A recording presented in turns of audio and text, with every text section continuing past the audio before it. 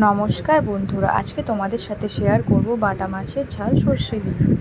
চলো শুরু করা যাক। প্রথমে মাছগুলো হলুদ নুন দিয়ে মাখিয়ে রেখেছি, এবার মাছগুলো ভেজে নিলাম। দেখো হয়ে গেছে মাছ ভাজা।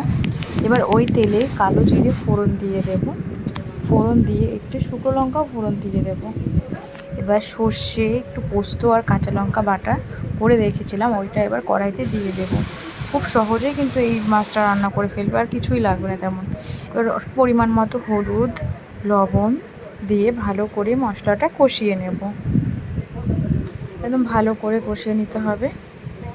ব্যাস কয়েকটা কাঁচা লঙ্কা দিয়ে দেবো, ঝাল যেমন কে খাবে তেমন ভালো লাগে বেশ এই লঙ্কাটা খেতেও।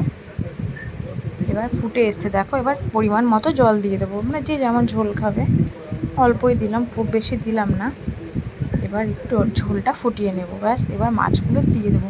মাছগুলো ওই কিছুক্ষণ একটু ফুটিয়ে নেব, যাতে মাছগুলো হালকা একটু নরম হয়ে যায় আর মাছের মধ্যে মশলাটা ঢুকে যায়।